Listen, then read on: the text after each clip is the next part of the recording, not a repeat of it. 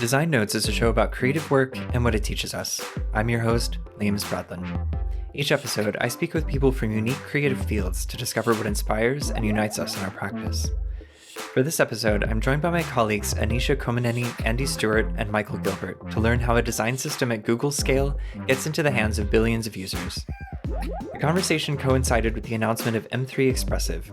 It's an update to the material design system that seeks to make the interface expressive and evocative of the full range of human emotions. A tall order for a design system, and the reason it's Material's most researched iteration ever. In the interview, I learned about how Material's researchers learned about the emotional impact of design, how the system's creative direction evolved, and how it all came together as a product for billions of end users. Let's get started. Anisha, Michael, Andy, welcome to Design Notes. Thank you, Liam. Just to get started, I'm going to have each of you introduce yourselves one by one. It gets a bit tricky when we have three guests at the same time. So if you don't mind giving the listeners your name, your pronouns, and your role on Material. Okay, I'll go first. My name's Anisha, she, her. I am a product manager on the Material team, focusing on Android. Hi, everyone. So my name is Michael Gilbert, pronouns he, him, and I am the research lead for the material design team. Hello, everybody. I'm Andy Stewart, he, him, the creative director for Material. Excited to be here. So we are all gathered here today to talk about M3 Expressive, which at the time that this podcast goes out will have just launched. I want to focus the conversation on, first of all, what makes design expressive, and second, how you take that vision and actually translate it into a design system, specifically a design system at the scale of Material. But before we get into that, I kind of want to get everybody's takes or everybody's kind of definitions of what is M3 Expressive? Starting with a hard question, Liam. I think that what the way I see it is something you can feel. I think something that is expressive is something you can feel in all the ways you can feel, right? You can see it and you feel what you're seeing. You can hear it, and you feel something when you hear that.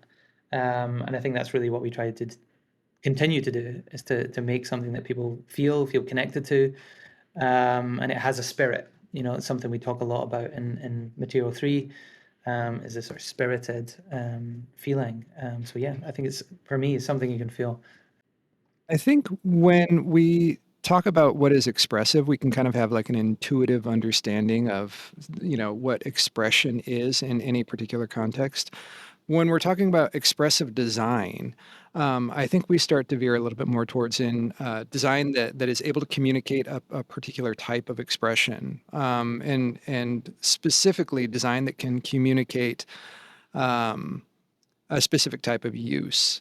And ultimately, it's design that becomes more understandable, more emotional, and more just easier to use as a result of that expression, aiming to communicate particular patterns of use more effectively through beautiful design.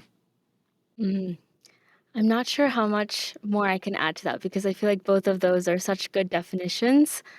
I think from my last year of working on Expressive, I think a lot about what it's done for apps, and hopefully everyone listening could see it as it rolls out in Google's experiences.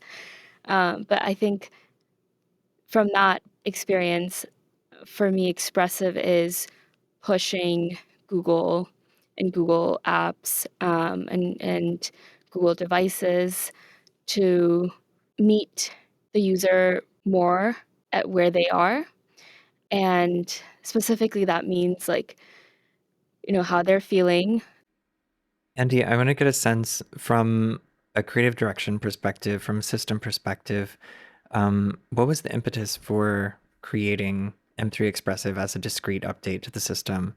I want to know where the idea came from, because to me it seems like more than kind of the next step in M3. It seems like a comparatively radical expansion of the system, and I'm wondering what motivated that. I think so. The motivation, I think, really came from what people were asking us for.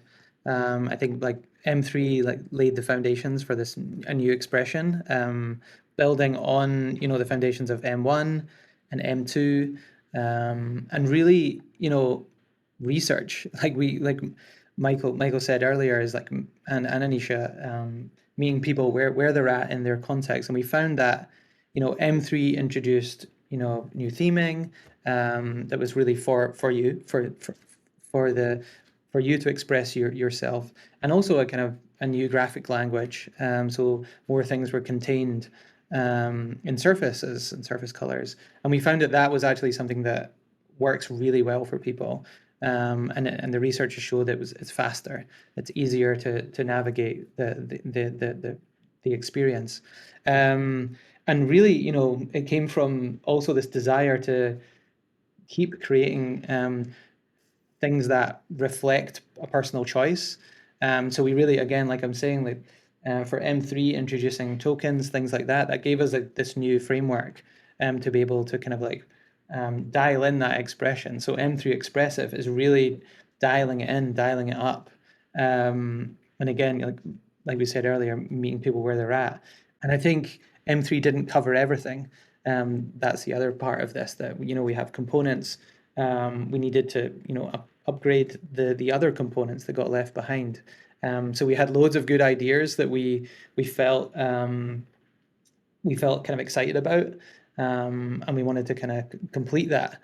Towards the end of last year, we wrapped up a series on M10. It was the 10th anniversary of Material, and I feel like a common theme through that and through the past 10 years of the system has been this kind of tension between wanting to open things up to more theming capabilities, while at the same time kind of wanting and also needing, because of the nature of our stakeholder structure, to be opinionated and provide something that gives enough structure for makers.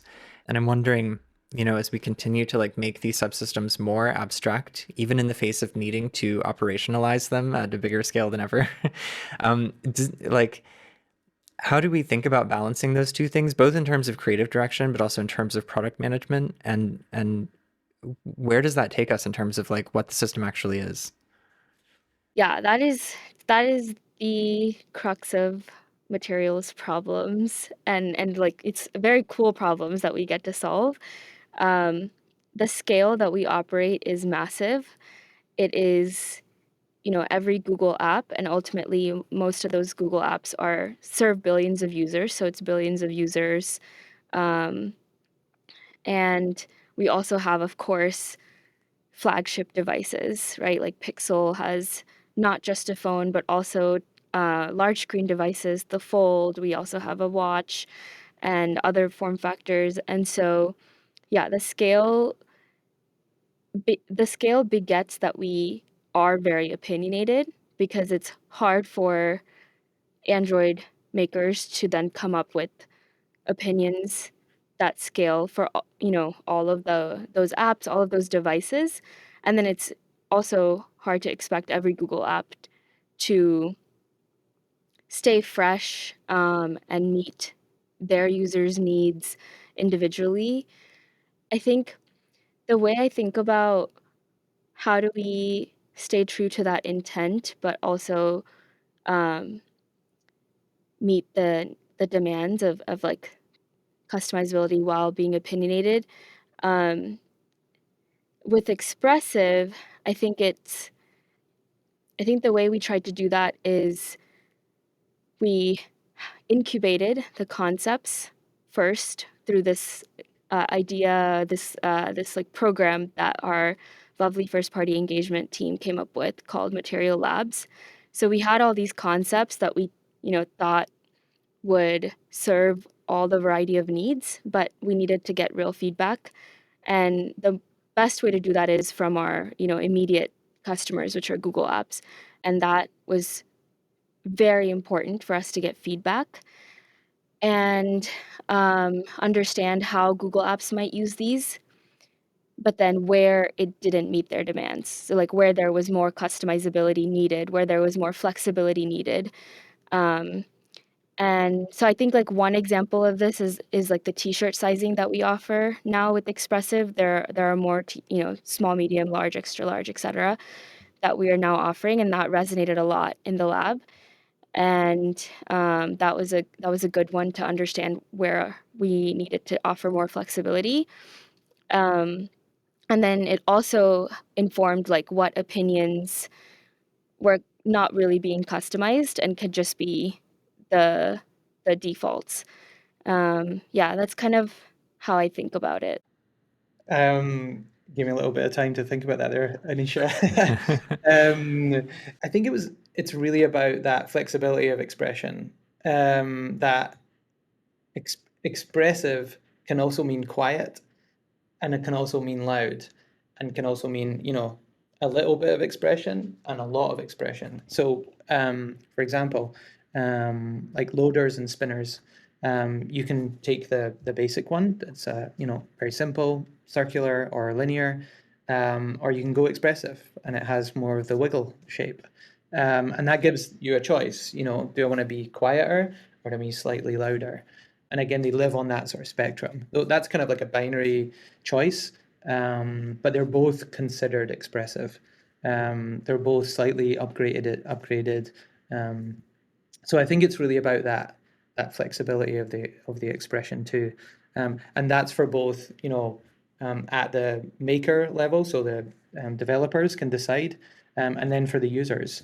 For example, the new theming offers a wider kind of color gamut, so the user can choose, and then also the developer can play that out in their experience. I'm wondering if the scope of these kind of updates and changing these subsystems and offering so many different variations of components is actually changing how we think about the design system or the concept of design systems itself. I'm curious to hear your all's opinion on that. Yes. I think that yes, of course, it does change that, especially at Google. I think in our history, all of us have experienced that at Google and maybe in our previous jobs. Is that as you add more complexity, more ideas, it gets even harder to manage. Material one was very, very strict. We didn't quite have the components to back it up. Now we have components to back it up, and we have added complexity. So it's kind of a bit of a chicken and egg. But again, we have powerful design ideas and powerful operating systems to be able to handle that. And I think, yeah, I don't know. I'd love to hear other thoughts on this, because I think there's kind of, it's twofold. It's what the platform provides, and then it's what the creators bring to that platform, which is kind of exciting, that people can bring their own expression using material, but they're not gated by that kind of like boring, cookie cutter design system. But then it still works. Everything we provide still works within the ecosystems of the platforms that people are using their devices in, like Android. Yeah, I was going to add, I think the system itself does evolve with like every iteration of material design. I think with Material U in 2021, we saw dynamic color be introduced, and this ability to kind of like break free a little bit of the siloed product experiences that absolutely every individual person would feel every time they opened up these products built with material design. And then suddenly with dynamic color, you can start to see things that feel a little bit more distinct, a little bit more individual. But that was really just the first step. And I think even back then, like design and research, and we were still thinking about how can we push this further. So instead of just individual personal experiences, we could start to have distinct product experiences. And then in tandem with all of that, in terms of the big question being, how can we evolve the design system to support the types of experiences that we want all Google products and all external products built with material design to be able to sort of like realize their vision? We were also working on the underlying subsystems that allow people to do that within the guardrails of good, beautiful design that is still accessible. So an example with dynamic color would be, at first we were able to introduce ranges and tokens that allow you to kind of like realize the color across every Android product, basically. Um, we were able to work on the underlying subsystem, including designing our own, color space, HCT, that allowed us to create designs for those experiences more effectively.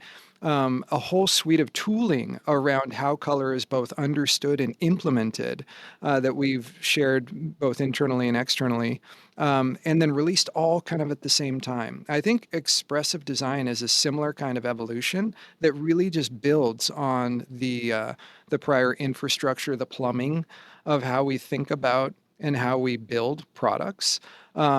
Just again, doing it from one iteration to the next, and then ultimately doing it at Google scale, because we have to support a vast suite of product experiences. Right. And okay, one thing that I want to grab onto, the fact that like by opening up these systems to this degree, kind of continuing on that path that we started setting with dynamic color, we're really intentionally engaging with users' subjectivity through the design of the interface. We like to think, especially in designing interfaces in the tech world, they were going on something objective, but of course we're making an impact on the user's emotional landscape. We're coming to them, as you all said, where they are in their lives, using these new capabilities of the system to kind of create or evoke or augment a feeling. I'm really curious to get into how the research team handled that, how you started to engage with some of those subjective ideas, some of those feelings, how you kind of learned about that to bring it all into the system. I mean, it was a long conversation and involving a lot of work. I was looking back at some of the earliest expressive research we did, and it was in like the winter of 2022. And then it's basically been pretty much nonstop since then. Um, I think some of that earliest work was really trying to understand what is the concept of expressive design. So going back to that first question that you asked, so it was really trying to the first step, solidify the concept of what we mean when we say expressive design is like a proper noun. Like, what is that thing? And to be able to describe it not just in terms of what the design is, but also tackling it from the perspective of what you want, how you want it to influence people. You want people to see expressive design and to be able to more immediately identify the affordances of that design. And so just at the earliest stages, again, it was really solidifying that concept of expressive design as design that inspires an emotional response that's aligned with a particular pattern of use. So it's expression as usability, it's expression as accessibility, and ultimately it's expression as beauty for a purpose. And it was really trying to figure that out, to work directly with design, to work with Andy, to work with Christian, to work with product, and try and really make sure that we can all start asking the same sets of questions. And then from there, that's when the research started. And that's, creating studies that allow us to evaluate UIs, to evaluate prototypes, to evaluate the specific design directions.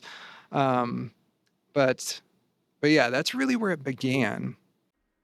Yeah, I think it would be helpful though to maybe get a couple of examples of how you determine if an interface is having that kind of subjective impact on someone. Absolutely. Yeah. So in terms of a specific early thing, one of the things that we started evaluated, and this is again back in, we'll say mid 2023, was trying to figure out methodologically how can we start to identify design's impact on emotional states. And back then we were using what was called the mannequin scale, which was something from like the cog psych research world, that allows us to identify levels of arousal and then the valence of that arousal. So like how excited you are or how bored you are is like a level of arousal. And then whether or not that's positive or negative. And so we ended up doing these studies that allowed us to identify sort of the desirability of experiences that elicited higher levels of excitement. And ultimately, we were able to use that early work to understand that desirability of expressive designs ends up it's most effective when that excitement aligns with like a journey. So an example might be when you're using a media product, there's particular types of expressive design that really resonate extremely well with people. And then when you're in different types of experiences, whether it's Gmail, whether it's sort of communications products, there are different takes on expressive design that allow us to kind of dial in that level of desirability, considering or sensitive to the level of excitement that can work functionally in that context most effectively for people. So that was like some of the earliest work. As we started to refine the design, refine the concept, and refine the kind of overall direction, we were able to basically create methods and infrastructure to evaluate designs extremely quickly. So it ended up starting, with smaller scale surveys and studies where eventually we were able to start evaluating expressive experiences at scale globally, looking at basically variations of design. So if you start from a baseline experience and then you say, okay, what if you just make it a little bit more expressive versus what if you really kind of like fully embrace the expressive guidelines as they were being created internally and expressive components as they existed versus like, what if you just really said, I'm going all in on this expressive experience. And then from a research perspective, we were able to say, identify the kind of like the impact each of those gradations of expressivity would have on the desirability of a product experience, on sort of the perceptions of the aesthetics of it, how modern it felt, how kind of energetic, how aligned with your personal kind of desires and values each of those experiences felt. And so there were a number of characteristics. Ultimately, there was over 20 characteristics that we were evaluating between every single comparison with thousands and thousands of people around the world. So we were able to do this starting from the early like first passes where we were talking with people one-on-one, just really trying to get a sense of this concept, to really trying to refine a set of questions in partnership with design and product, to refining a set of methods that allowed us to evaluate those questions at scale effectively in a way that is kind of aligned with the requirements for Google.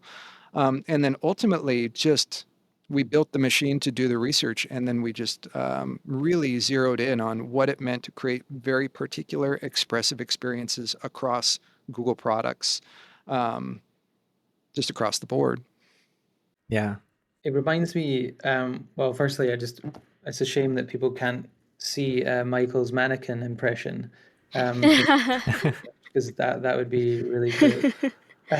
So maybe we'll need to send out some pics of that. There's a video that exists of this now, I'm sure. And it reminds me a little bit of, over the years, it's hard to research how people feel. What is the feeling you get when you're looking at something? So I think that was what was kind of cool about the collaboration with between research and design, is what is important for our experiences, and how do you measure that? it was something that we used to ask, like, do we know if people like this? Do we know why they like it or why they don't like it? Does it look good to them? Does the experience reflect their values? That's something that's really, really hard to research. At the end of the day, we're all trying to help here. We're trying to help you do something. And again, we're early days on this stuff. We're actually, the desirability and also kind of functionality can be one person's desire and one person's like undesire. Yeah. Some people like minimal design, some people like maximal design. So I think it's again striking a balance and maybe offering that as a choice. I'm really curious because, I know from experience that design and product all work really closely with the research team. And Michael brought it up as well. And he also brought up how these tests revealed something about the different types of expressions that might work in different contexts. And I'm curious how these findings from research might have fed back into either the creative direction or the ultimate product itself. Yeah, the product story is impossible to create without research. Like what Andy was saying about it's very new that we're measuring how a design makes a user feel. That is super, super valuable for me as a product manager because in order to sell this, not just to Google Apps of like, hey, you should use this new design, you should apply it in this way, but also to senior leadership across the company. It is very, very valuable to um,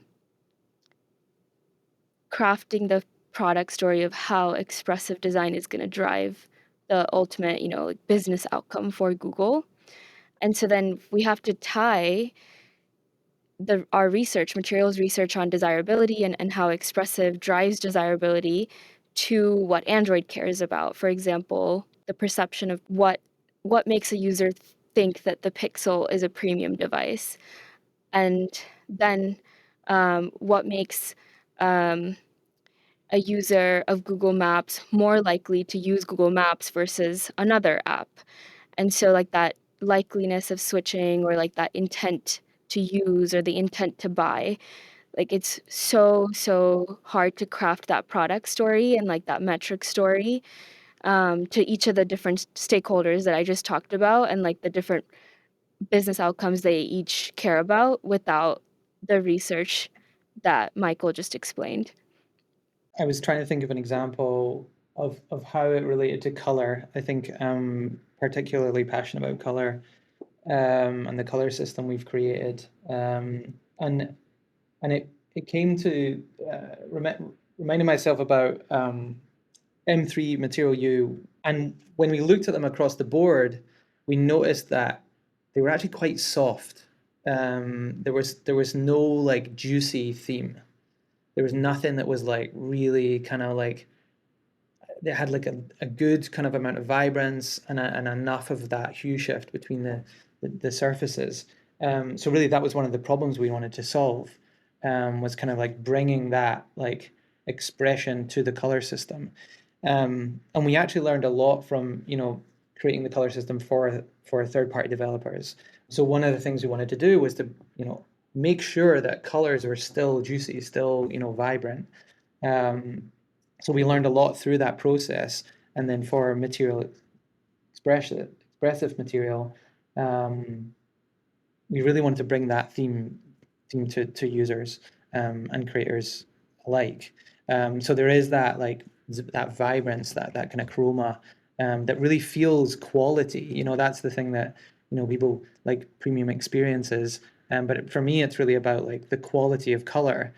So rather than everything being soft, if you want soft, then you have a theme for that. If you want something with a little bit more quality, a little bit more kind of like shine to it, that's where we really wanted to dial that up. And then the same on the other side of the scale, where softness, quietness of color, we wanted to bring that nuance in there, like so you could really have that kind of really soft feelings.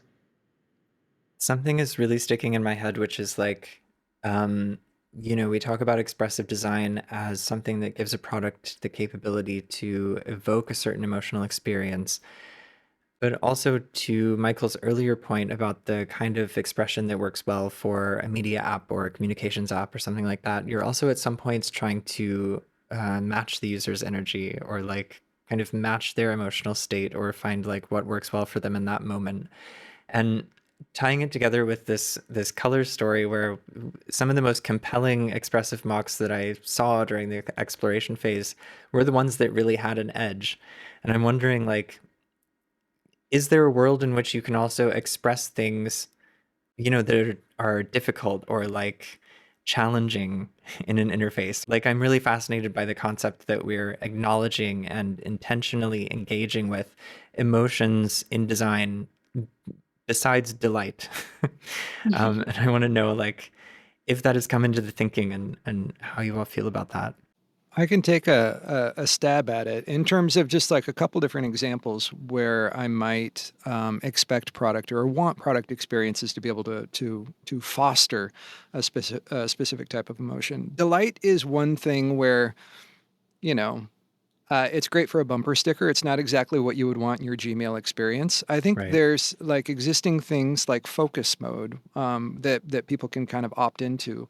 And I think expressive design to support focus is something that we could start to lean into. It's the same principles in terms of starting with the user, trying to identify the factors that either contribute to or remove from your ability to focus, and then leaning into those as the affordances of that experience. I think at a product level, expressive design really represents our ability to do that, again, within those product pillars. I think the evolution of this will turn into what it means to do that at a personal level. At some point, being able to um, identify or to be able to create experiences that are more aligned, not just at a media player, for a media player experience, but for my particular take on or needs within a media player experience. And I think um, basically in the same way where expressive design was this natural progression, this natural evolution of Material U, I feel like that this is the way we can continue to kind of push forward to create things that are uniquely, again, not necessarily delightful, but comfortable, that are uniquely helpful for whatever version of help you may need as an individual, whether or not it's in terms of accessibility, or if it's in terms of focus, or if it's in terms of context, either long term or short term. Our ability to create the sort of like infrastructure for the design of product experiences that supports that level of variability is pushing in that direction. And I think we're very that's not a big, lofty, unattainable goal. I think that increasingly that's real, and this is what we're trying to do. Yeah, I think it's like the tools are available for people to create that, and that's what speaking to that flexibility. That if you wanted to create an experience that's quiet, serene, but still accessible, that's available. If you wanted to create an app that's bombastic and crazy, you just wanted to create something that has all the shapes and all the sizes, you can do that. You can mix it up. And I think looking at our own internal apps, um, we're actually trying to kind of evoke that flexibility again, like Michael said earlier, was for that context. So the media player, maybe the buttons can be slightly bigger because we know that when you're on the move, you listen to music. Same with on Wear on different devices. We actually, really put more expression into the Wear OS because we know that that's a device that it's kind of the simple interface. But if you've just got four boring squares on the circle, it doesn't feel right. It doesn't feel nice. So again, if you're creating an experience, material can have that expression, whether it's quiet or whether it's loud, or it's mixed based on whatever your kind of experience is asking for. bringing expressive design from a concept into what we've just recently released is a huge process, and I want to dig a little, like I want to go a layer deeper on kind of the tactics of that. And I want to start in the creative phase. I know that at least like internally, every iteration of material, we see this kind of divergent and convergent pattern starting to happen. And I think personally, we have a really interesting way of going divergent through things like the undirected sprint. I want to get into like how that works, how we open up space for people to really like follow their ideas, and then how that kind of comes into a solidified concept. This is my favorite part of the podcast, I think, is where we get to talk about the stuff that we never show. Maybe we'll show some of our process one day. I think that, when you do a big release, Material 3 was a long road, So it's really, M3 Expressive is still based in Material 3. So the design team, the intent of the release is still there, right? But there was an appetite to go further. And we had a lot of what I like to call lasagna, because we know like lasagna is always better the second time. So we drew a lot of really exciting work for Material 3 that, didn't quite make it. So the whole design team is still kind of excited about those ideas that they worked on through the years of Material 3's sort of creation. So really how we started was, let's start drawing. That's kind of how, our team is structured. It's a lot of people who can draw good, and a lot of people who can think and do motion design in incredible ways, and UX engineers that can kind of bring that to life in an interactive way. So really the process, you mentioned the undirected sprint, that's something we do kind of as a yearly thing in our own team, where we're literally undirected. It's here's a blank slide deck. Put in your ideas that you want to create for the next years ahead, and those are those become like 1,000-page slide decks with I'm sure people listening have done this before. And in design sprints, we don't really do the classic design sprint that you might think that Google do. It's literally like go draw and come and talk about it at the end of the day, and get excited about it, because again the appetite was strong because of that lasagna, and really the slide deck was called the Vault of Expressive Design, and that's hopefully we can share that one day. But it's just really like awesome ideas, and we called it the Vault because it's a big collection of kind of treasure, and I think it's kind of fun. I think part of our process was fun, and I think that's reflective in Material Expressive. And fun doesn't have to be super expressive either. It can just be quiet and calm. So yeah, I'm thank you for the question, because it's part of the exciting part of our job. I'm a big believer that you can tell how someone felt when they made something when you see it, from a painting to code.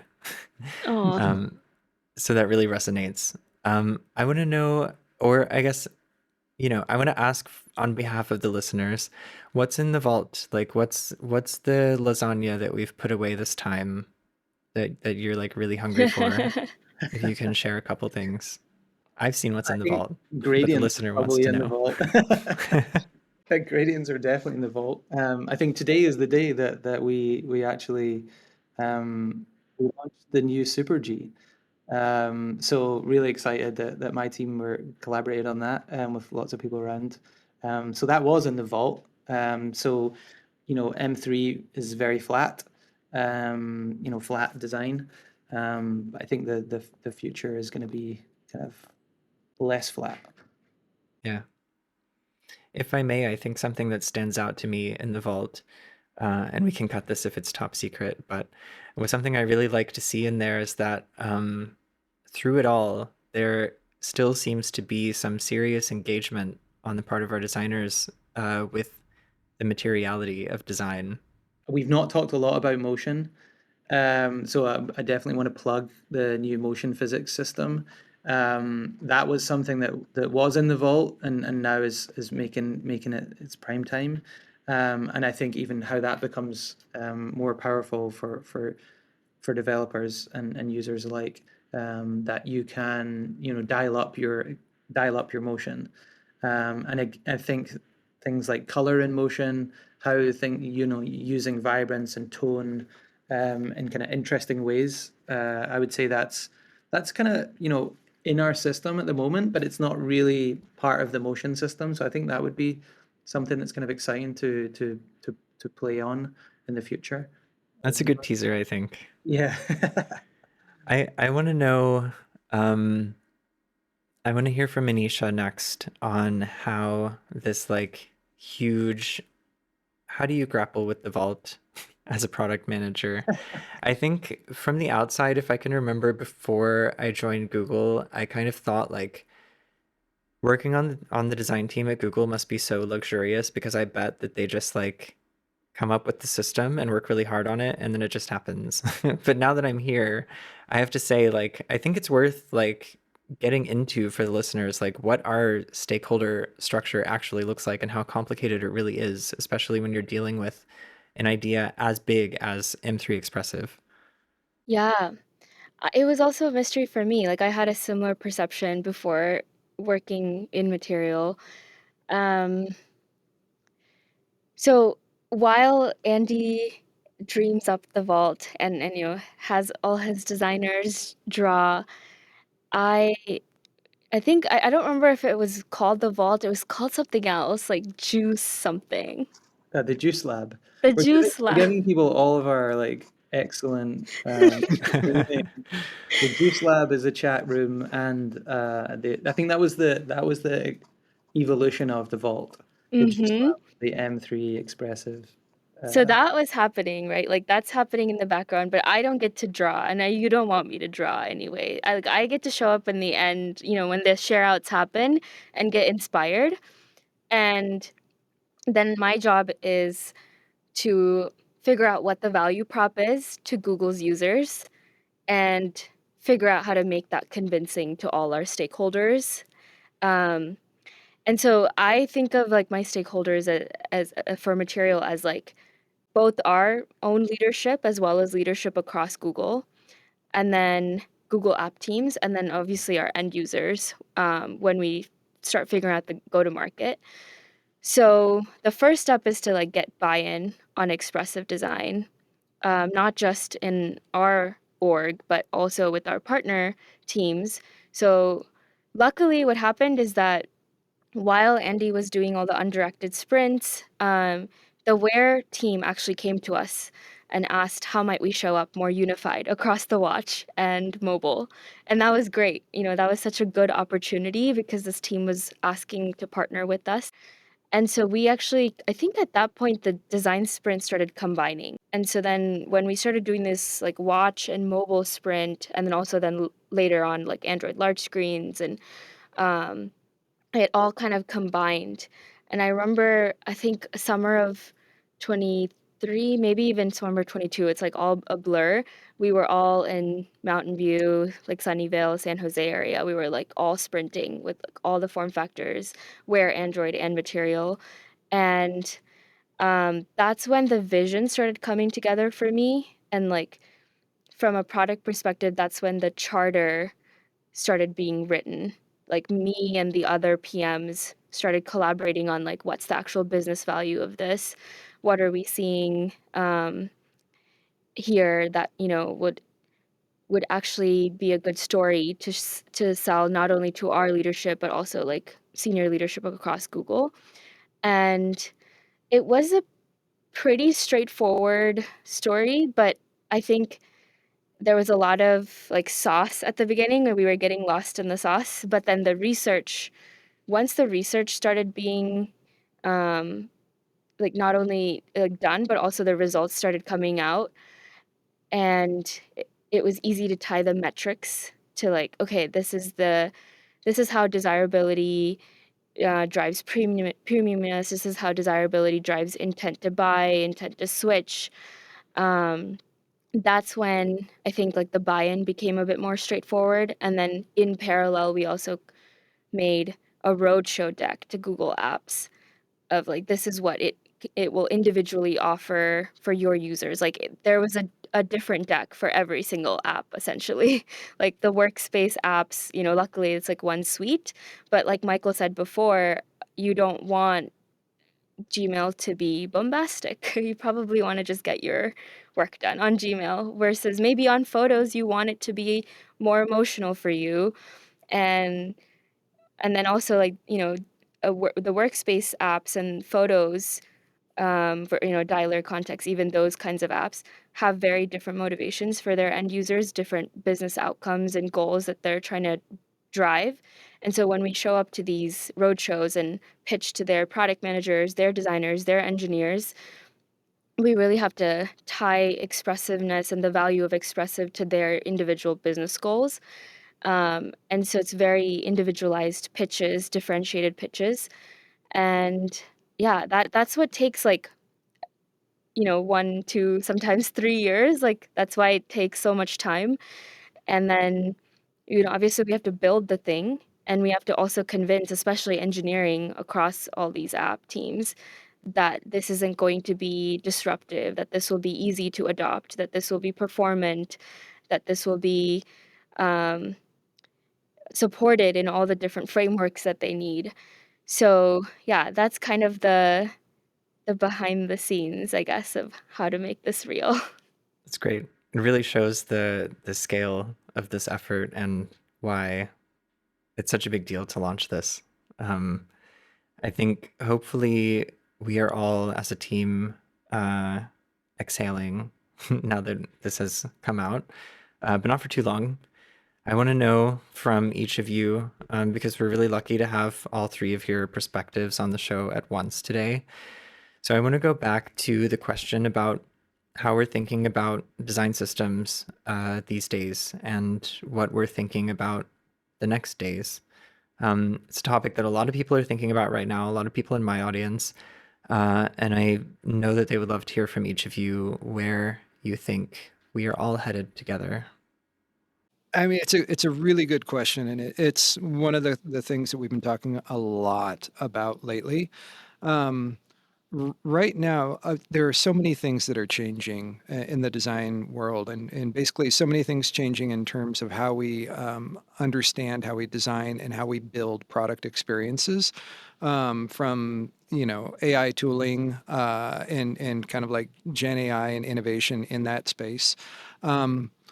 From a material perspective, what we want to be able to do is to make sure that we can, from a product creation standpoint, utilize the best possible, like the best in class tooling available at any given moment in time. From a from a broader perspective, it's also making sure that we're not just building products better. We're not just using kind of like the evolution of technology and AI to build products better, but we're actually evolving the nature of those products themselves. Part of that is going to be design innovation that allows us to really understand the beating heart that is at the center of like these product experiences. Part of it is going to be allowing for individual variation that allows us to more effectively create experiences that are comfortable, not just at a product level, but again, at a personal level, regardless of your context, your ability to make sure that we can create things that actually work for you. And I think just moving forward, the design system is going to evolve to allow us to do that more effectively, more easily. So it's not just utilizing material design as a force multiplier to be able to create products more quickly. It's to use material design to create experiences, human experiences that are ultimately more aligned with the what people want. If you start to reframe the nature behind these product experiences and say, if anything was possible, what would you do? This is the question we get to ask ourselves now, which is, if anything was possible, because it's increasingly becoming possible, we get to do those things, which is exciting. So I'm actually right now writing like the strategy and vision for where we go next. That's what I spend almost every day now in the last few weeks and probably for the next few weeks. And for me, like what's front and center is that material is Compose's default design system. It's like that responsibility is something I take very seriously, something our whole team takes very seriously, especially as Expressive gets rolled out. For the last year, the go-to-market has been very 1P focused because we're trying to land Expressive Design in Google's experiences. But we are announcing it at I/O, and we do want feedback from all Android developers, not just Google developers. And so I'm going to be looking at that feedback, and our team will be too, because, we are trying to offer more flexibility. We're trying to meet developer demands better, but I think, like Andy said before, we're never finished. Like, it's what ends up going to market is only a small part of the original vision. And so for me, material being Compose's default design system means like we get a chance to keep living up to that promise. And a lot of the vocal feedback that we've, always had from the Android developer community is more customization support. And then also when we ask Android developers to optimize their apps for all the different form factors, a lot of the pain points that we hear are that it's very costly to do that. So we want material to offer more opinions that, for adaptive, that scale to multiple form factors. And so that's kind of where my head is at, is like, how might we make material more customizable, more adaptive by default, scale the adaptive support that we have. And then piggybacking on what Michael was saying, which is, how might we make material more useful in AI-assisted development? There's, of course, like the generative UI use cases of like, UI is being generated at runtime. And so then if material is what's fed into the different models, how might material become more useful as like model input? Like maybe we need to make more variants, become more opinionated, but then also that when it's picked up and then developer customizes it, maybe we need to become more flexible in that respect. And then from like an adoption and migration perspective, a lot of pain points that we hear both from first party and third party developers is that it's hard to keep up with all the design updates, even if they take 2 to 3 years to come out. So we want to see how AI could help drive that migration to be easier, to be faster. And so, yeah, that's kind of where my head is at. Okay, well, what do I add? Okay. I think for me, like the future of design systems is not boring. I think it's filled with complexity, which is exciting that the actual design system itself is underpinned with complexity. And that means that, it's easier, for developers to do something they want to do rather than, building it themselves. So I think that's kind of exciting that there's complexity that you can use to your benefit and your users' benefit. So I think easier to adopt is something that, we've been really working hard on. Components make that easier. And I think hopefully the experience in the end is simpler and more joyful. And I think that the future of design systems is hyper personal, hyper customizable, sorry. And also fonts. Fonts are cool, Anisha and I love fonts, and really try. Type designer here, typist Yeah, interface. type designer, Liam's type designer. I know Michael likes, viewing distance, and we've done a lot of research on that in the past together. But really, I think typography is cool. So I'm excited to kind of push on that harder. And what else could I say? Just across devices. Like that's the other part of this, that design systems used to be very narrow, and being able to be modular about your experience across devices, I think, is the future for sure. Well, thank you, Andy, Anisha, Michael, for being on Design Notes with me today, for talking about M3 Expressive, for helping to represent the really dozens of folks on the team whose perspectives and talents have made this vision real. Thank you. Thank you Thank so you, much, Liam. Liam. Thank you. Cheers, Liam. You can subscribe to Design Notes on YouTube Music, Apple Podcasts, Spotify, or wherever you're listening right now. If you like the episode, pass it on to a friend and leave us a rating. Stay tuned for more conversations with creative practitioners across disciplines that will help us learn, piece by piece, what inspires and unites us in our work. And as always, thank you so much for listening.